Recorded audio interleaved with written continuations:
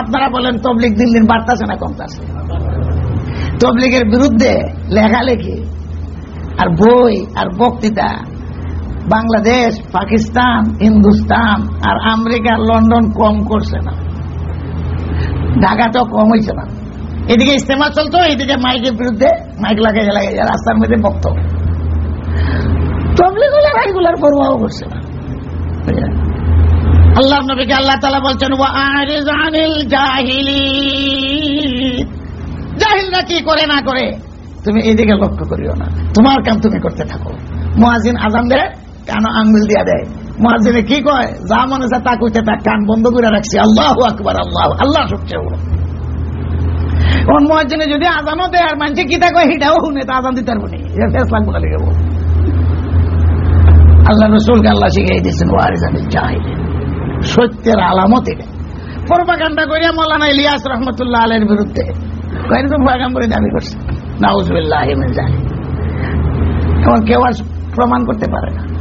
মাওলানা ইলিয়াস নতুন মুযহাব আবিষ্কার করে নাই, নতুন কোন কিচ্ছুই করেন নাই। বলে যে ছয় উসুল, এটা তো নতুন কোনো কথা না। কালিমা, নামাজ, রোজা, তারপরে ইকরামুল মুসলিমিন, নিয়াত করে গেল সব কোরআন হাদিসের কথা, নয় এত কোনো কথা নাই, কোন নতুন কথাই নাই। শুধু বাস্তবে রূপায়িত করার জন্য মানুষকে ঈমান আমলের দাওয়াত দিয়েছে, বেদাতের সম্পূর্ণ বিরুদ্ধে সুন্নতকে কায়েম করার জন্য। এখন উনি ছয় কথা বলেন, ছয়টা সিফত, তুমি ১৪ ডাকো, অসুবিধা। মাওলানা ইলিয়াস বাইরে লেন করতে গিয়া ওনার বড় বদনাম হলো উনি দেওবন্দ থেকে বেরিয়েছে। রশিদ আহমদ গঙ্গুহের সামনে করে বাপরে বাপ, তো বাপ কাফির, দেওবন্দিরা কাফের, কাজে কাজে রশিদ আহমদ গঙ্গুহের চাকরি। নাউযুবিল্লাহ। ইলিয়াস ভালো লোক হইতে পারে না। মাওলানা ইলিয়াস রহমতুল্লাহ আলাইহি বক্তা ছিলেন না, রাইটার ছিলেন না, নিজস্ব কোনো লেখা নাই, বক্তৃতাও ছিল না, ফিকির ছিল। মদিনা শরীফ পড়া থাকতেন। দিল্লির নিজামুদ্দিন বস্তি যেটা রেখে বাংলা বালি, উনার বাবার নাম হইল মাওলানা ইসমাইল কান্দালা। জাকারিয়া শেখুল হাদিস এক গোষ্ঠী, কান্দালা একটা বস্তি, কসবা। দেওবন্দ একটা কসবা, এখন হয়েছে থানা। কসবা হইলে বানিয়াচং একটা থানা হয়েছে, আগে থানা ছিল না, কসবা কইত। বড় একটা বস্তি হইলে উর্দুতে কইত কসবা। তো কান্দালা একটা কসবা, দেওবন্দ একটা কসবা, পরবর্তীতে হয়েছে থানা, আমরা যেমন উপজেলা। তো মাওলানা ইলিয়াস রহমতুল্লাহ আলাইহির বদনাম করে উনি কইলেন আমার সাহারনপুরের শাগরিদ, বলে মাওলানা রশিদ আহমদ গঙ্গুহির শাগরিদ। গঙ্গুহি রহমতুল্লাহ আলাইহি, গঙ্গুহি রহমতুল্লাহ আলাইহি কার শাগরিদ? মাওলানা রশিদ আহমদ গঙ্গুহি রহমতুল্লাহ আলাইহি, হাজী ইমদাদুল্লাহর খলিফা। উনার আরেকজন পীর ভাই মাওলানা মোহাম্মদ কাসিম নানুতুবি, এরা দুইজন পীর ভাই। হাজী ইমদাদুল্লাহ মুহাজিরে মক্কির খলিফা, দুইজন। হাজী ইমদাদুল্লাহ মুহাজিরে মক্কি রহমতুল্লাহ আলাইহি নূর মোহাম্মদ ঝঞ্ঝানদের খলিফা। দেওবন্দ একটা থানা, একটা জায়গার নাম। আমারে কয় অভিগঞ্জি, মানে অভিগঞ্জ আমার বাড়ি। এখন যদি কেউ মনে করে অভিগঞ্জে ওটা মুজাব মনে করে, ওটা তরিকা। আমরা দিলাম পোস্টারে দস্তারবন্দি, এইটা কোন তরিকা হুজুর? শুনছি নকশবন্দিয়া, চিশতিয়া, কাদরিয়া, দস্তারবন্দি, এটা আর তরিকা নেই, মানে এত বুঝে না দস্তারবন্দি যেটা। দস্তার অর্থ হলো ভাগরি বান্ধে দেবো। খালি প্রশ্ন, দস্তার এটা ওটা তরিকার নাম নাকি? আরে দস্তার কয় ভাগরি রে, তখন এটার বানাইছি তরিকা। দস্তারবন্দি, নকশবন্দির মতো ওটা তরিকা মনে হয়। তো না বুঝলে তো এরকম। দেওবন্দি কোন তরিকার নামও না, দেওবন্দ কোন মুজাবের নামও না, দেওবন্দ একটা জায়গার নাম। আমার আস্তা দেশের মানুষই কয় অভিগঞ্জ। বুখারি, বুখারি, ইমাম বুখারি, বুখারা একটা জায়গার নাম, বুখারা একটা জায়গার নাম। ওনার নাম হলো মোহাম্মদ ইবনে ইসমাইল। তো নাম দিয়া পরিচয় না, এখন বুখারি বুখারি, এখন কিতাবরেও কয় বুখারি বুখারি। আরে বুখারা তো জায়গার নাম, বুখারা ও সমরকান্দ। এটা হলো পরিচয়ের জন্য মানুষ এইরকম বলে। আমাকে বলে হবিগঞ্জি, হবিগঞ্জ আমার বাড়ি, তো কয় মুহাদ্দিসে হবিগঞ্জি। সিলেট গেল কয় হবিগঞ্জি, ঢাকা গেল কয় হবিগঞ্জি, মুহাদ্দিসে হবিগঞ্জি। ময়মনসিংহ গেল কয় মুহাদ্দিস, পাবনা গেল কয় মুহাদ্দিস হবিগঞ্জি। গেলাম যশোর, মহাদ্দেশে হবিগঞ্জ, মানে একটা হবিগঞ্জ ওটা তরিকার নাম নেই। দেওবন্দ একটা জায়গার নাম, এই জায়গাতে একটা মাদ্রাসা হয়েছে, জামে আজহর একটা বিশ্ববিদ্যালয়, এটা হলো মিশর। জামে আজহর বহুত পুরাতন বিশ্ববিদ্যালয়। মদিনাতে একটা ইউনিভার্সিটি হয়েছে, সৌদিয়া হুকুমত করছে। ময়মনসিংহ কিশোরগঞ্জে একটা মাদ্রাসা আছে, আল জামিয়াতুল ইসলামিয়া। তো যারা জামিয়া ইসলামিয়া কিশোরগঞ্জ থেকে, জামিয়া ইমদাদিয়া,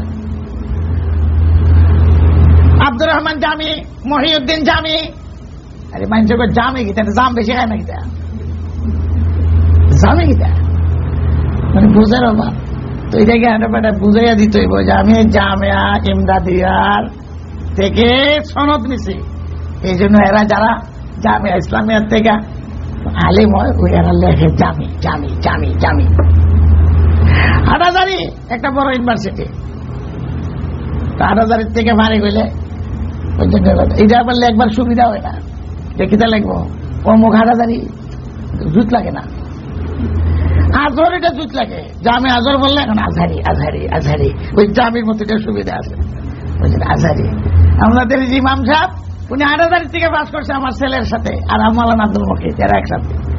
তখন ৮,০০০ আসলামউদ্দিন ৮,০০০, যেহেতু জুত লাগে না, তখন জুত লাগে বলে আসলামউদ্দিন আজহারি কইলে ওই যে আন্দাজ এটা খাটাইতে পারে। তখন যদি ফটিয়া মাছের থেকে পড়ছে মাওলানা হারুন ফটিয়া, এটা তো জুত লাগে না, এটা কি রকম লাগে। দেওবন্দিটা খুব জুত লাগে, বুঝলেন? ফলানা দেওবন্দি, ফলানা দেওবন্দি, ফলানা দেওবন্দি, মৌলানা আব্দুল জলিল দেওবন্দি, মৌলানা সমিউল্লাহ দেওবন্দি, জুত লাগে বুঝলে। আমরা কিছুই লেখাই না, দেওবন্দিও লেখাই না, আজহরিও লেখাই না, হাটাজারিও লেখাই না, নকশবন্দিও লেখাই না, চিস্তিও লেখাই না, কাদেরিয়াও লেখাই না। কেউ খুব জুত পায় আল কাদরি, আমি কই আল ফাদরি, আল কাদরি লেখাইলে কি হইব? চিস্তিয়া, নকশবন্দিয়া, কাদেরিয়া, সারওয়ারদিয়া, এগুলো বিভিন্ন তরিকার নাম। তো কেনাডা পাইলাম আমরা সিলেটের হেরা চিস্তি লেখে, তুই করতে মাঝখান থেকে চিস্তি হয়ে গেলে চিস্তি, নকশবন্দি তরিকা দিয়া নিজের পরিচয় দিত চায়। দেওবন্দি কোন তরিকার নাম না রে বাবা, দেওবন্দি তো জানেন না, বেশ কমটা বুঝছেন। বলে নকশবন্দি, কাদেরি এটা কোন তরিকা, আর দেওবন্দি ওটা তরিকার নাম ন। দেওবন্দি একটা জায়গার নাম, একটা ইউনিভার্সিটি হয়েছে, ইউনিভার্সিটি হইবার আগেও দেওবন্দি এই জায়গা ছিল। এখানের মধ্যে সৈয়দ আহমদ শহীদ রহমতুল্লাহ আলাইহি উনি যুদ্ধের কাফেলা নিয়ে যখন ওই দিকে যান, সৈয়দ আহমদ শহীদ রহমতুল্লাহ আলাইহি শাহ আব্দুল আজিজ রহমতুল্লাহ আলাইহির খলিফা, উনি নকশবন্দি তরিকা। শাহ ওলিউল্লাহ রহমতুল্লাহ আলাইহি নকশবন্দি তরিকা, বড় মুহাদ্দিস। হিন্দুস্তানের ইতিহাসে, আরবের ইতিহাসে শাহ ওলিউল্লাহর নাম আসে, বুখারী শরীফের সরা, অনুবাদ, ভূমিকা, এগুলা শাহ ওলিউল্লাহর আছে। উনার ছেলেরা ইসলামের খেদমত করছেন, শাহ আব্দুল কাদির, শাহ রফিউদ্দিন, শাহ আব্দুল আজিজ। হযরত মাওলানা আব্দুল আজিজ রহমতুল্লাহ আলাইহির খলিফা সৈয়দ আহমদ শহীদ, এই নকশবন্দি তরিকা। সৈয়দ আহমদ শহীদ রহমতুল্লাহ আলাইহির খলিফা কেরামত আলী জৌনপুরী রহমতুল্লাহ আলাইহি। আরো আমি হয়তো আপনাদেরকে বলছি, আমি কথাটা শেষ করি, সামনের দিকে যাব। কেরামত আলী জৌনপুরী রহমতুল্লাহ আলাইহি সৈয়দ আহমদ শহীদের খলিফা। কেরামত আলী জৌনপুরীকে বাংলার মানুষ ছিলেন, সিলেট কো, নোয়াখালী কো, যশোর কো, কুষ্টিয়া কো, বরিশাল কো, সবাই ছিলেন। উনার কবরটাও বাংলাদেশে, রংপুর। যারা সেই দিকের মানুষ, আমিও জিয়ারত করছি 2 বার, জিয়ারত দুনিয়া গেছি, দিকে প্রোগ্রামে জিয়ারত করে আইছি কেরামত। উনার ছেলের কবর আছে ঢাকা চক বাজার, ঢাকা চক বাজার, আহমদ জৌনপুরী, কেরামত আলী জৌনপুরীর ছেলে আহমদ জৌনপুরী। এই সিলসিলাটা হইল জৌনপুরী, সিলসিলাটা হইল সৈয়দ আহমদ শহীদ রহমতুল্লাহ আলাইহির সিলসিলা, বুঝছেন?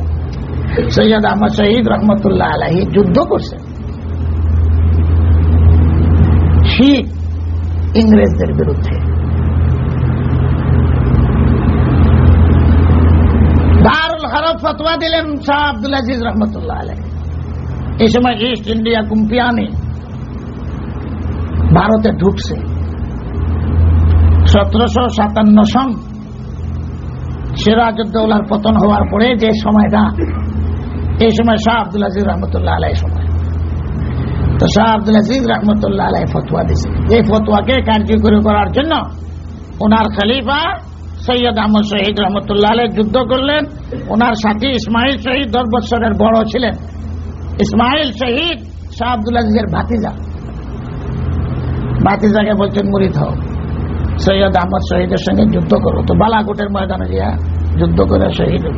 ইতিহাস, এখন যদি কেউ ইতিহাসকে বিকৃত করে, সৈয়দ আহমদ শহীদের বদনাম করে, তো ওই কথাই আজকে সৈয়দ আহমদ শহীদ রহমতুল্লাহ আলাইহির সিলসিলা যারা বদনাম করে, এদের কোন সিলসিলা নাই।